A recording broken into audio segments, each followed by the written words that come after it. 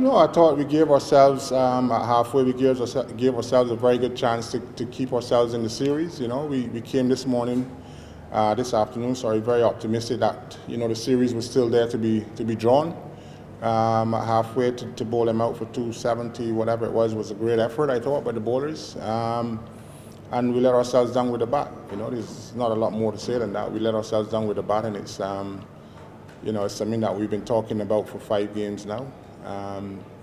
We showed that the Wanderers that we could play better than we have done, but you know, tonight was disappointing. Not particularly. We spoke about pacing our innings very well, knowing that we've got a lot of strength at the back, but we needed a good start. And to be fair, we were 50 for none, you know, and we lost a wicket with 4 balls to go in the power play. To their best bowler, Boomer has been their best bowler, I think. Their best fast bowler. He's been their best fast bowler all summer.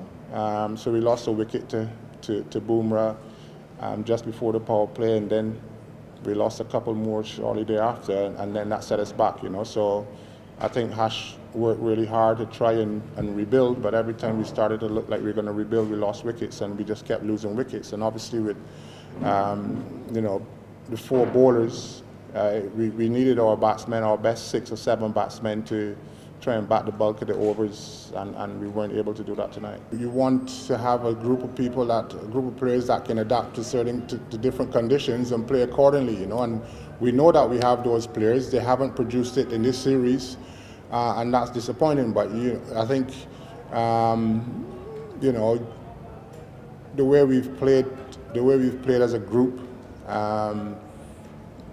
In some games has been very disappointing, especially tonight, because tonight was, you know, there was still a lot to play for in the series, and that's a disappointing thing. But going forward in one-day cricket, you know, when I came here, we spoke about building for the World Cup and towards the World Cup. In England in May and June, I don't believe that the ball was spin as much as we've seen here. I think India's got two world-class spinners, and they might probably spin it anywhere, but you know, we've got a whole year to learn to deal with that sort of stuff, but I don't believe that it will spin that much in England in July next year, June, July next year. Perhaps, you know, but the squad is the squad. You know, we had the players here that we felt we could use in this series, and then in the next series, our next one-day series is in Sri Lanka.